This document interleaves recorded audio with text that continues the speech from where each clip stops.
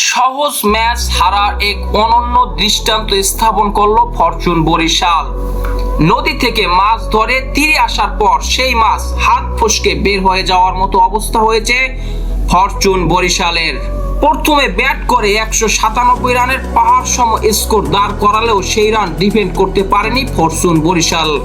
এক্ষেত্রে ফরচুন বরিশালের বোলিং পরিবর্তন কাঠ গড়ায় দাঁড়াবে। ফরচুন বরিশালে রয়েছে ন্যাশনাল টিমকে নেতৃত্ব দেওয়া চারজন ক্যাপ্টেন। আছেন পাকিস্তান দলকে নেতৃত্ব দেওয়া শাহিন শাহ আফ্রিদিও।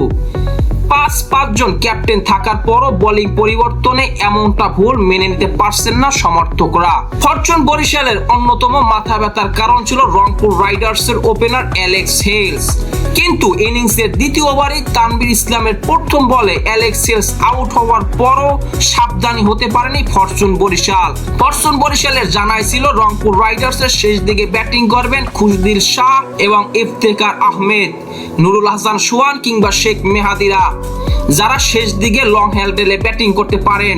সেক্ষেত্রে শাহিন শাহ আফ্রিদির ওভারগুলো রেখে দিতে পারত ফরচুন বরিশাল, কিন্তু তা না করেই পাওয়ার প্লেতেই শাহিন শাহ আফ্রিদি দুটি ওভার খরচ করে ফেলে, যা ফরচুন বরিশালের প্রথম ভুল। প্রথম ওভারটি কাইল মায়ার্স অত্যন্ত ভালো বল করেন, দুটি ওয়াইড একটি লেগ বাই রান দিয়ে মোট 4 রান খরচ করেন তিনি, কিন্তু তারপরে তাকে আর কোনো বল দেওয়া হয়নি। চাইলে পাওয়ার প্লেতে আরো একটি কিংবা দুটি ওভার করতে পারত কাইল মায়ার্স, যেটি ফরচুন বরিশালের দ্বিতীয় ভুল। এবং এই প্ল্যানটি আমরা দেখতে পারি রংপুর রাইডার্সের ক্যাপ্টেন নুরুল হাসান সোহানের কাছ থেকে। যখন তামিম ইকবাল এবং নাজমুল হোসেন শান্ত ব্যাটিং করছিলেন, তখন পাওয়ার প্লেতে শেখ মাহা 3 ওভার শেষ করে ফেলেন তিনি। এরপরে ইনিংসে 15তম ওভারে আবারও শাহিন শাহ আফ্রিদিকে বোলিং আক্রমণে আনা ছিল আরো একটি ভুল, কারণ তখনও ম্যাচ ফরচুন বরিশালের হাতে নাগালে ছিল। শেষ 2 ওভার শাহিন শাহ আফ্রিদির জন্য রেখে না দেওয়া আরো একটি ভুলের কারণ। সর্বশেষ শেষ ওভারে কাইল মায়ার্সকে বল দেওয়া অনেকটা প্রশ্নবিদ্ধ করেছে, কারণ তখনও বরিশালের হাতে অপশন ছিল তানভীর ইসলাম, রেশাদ হোসাইন কিংবা বিপিএল এর অনেকগুলো লো স্কোর ডিফেন্ড করা শেষ ওভারের হিরো খ্যাত মাহমুদুল্লাহ রিয়াদ। কারণ কাইল মায়ার্সের ডেথ ওভারে বোলিং করার কোনো অভিজ্ঞতা নেই, তিনি নতুন বলে সিম মুভমেন্ট কিংবা সুইং করাতে পারেন।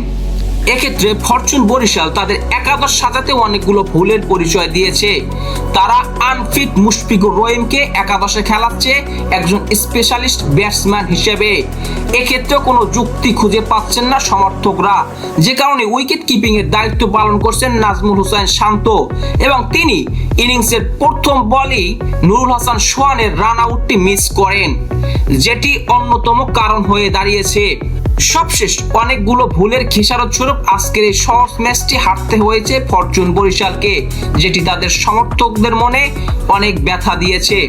তবে সব ভুল শুধরে নিয়ে ফরচুন বরিশাল কামব্যাক করবে এবং এই টুর্নামেন্ট জিতে দ্বিতীয় শিরোপা ঘরে তুলবে, সেটি দর্শকদের প্রত্যাশা।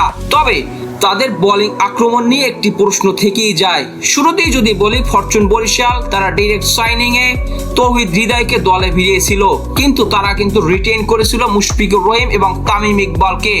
মাহমুদুল্লাহ রিয়াদকেও ড্রাফট থেকে দলে নেবে অনেকটা অনুমেয় ছিল, তারপরও কেন একজন ব্যাটসম্যান দলে নিল সেই প্রশ্নটা থেকেই যায়। চাইলে তাসকিন আহমেদ কিংবা মুস্তাফিজুর রহমানকে সাইনিং করাতে পারত। শাহিন শাহ আফ্রিদি আজকের ম্যাচের পর চলে যাবেন, এরপর ফরচুন বরিশালের বোলিং আক্রমণকে কে নেতৃত্ব দিবেন সেটি দেখার বিষয়। এবাদত হুসাইন ইনজুরি থেকে ফিরে এসেছেন, কেমন করেন সেটি আসল ব্যাপার।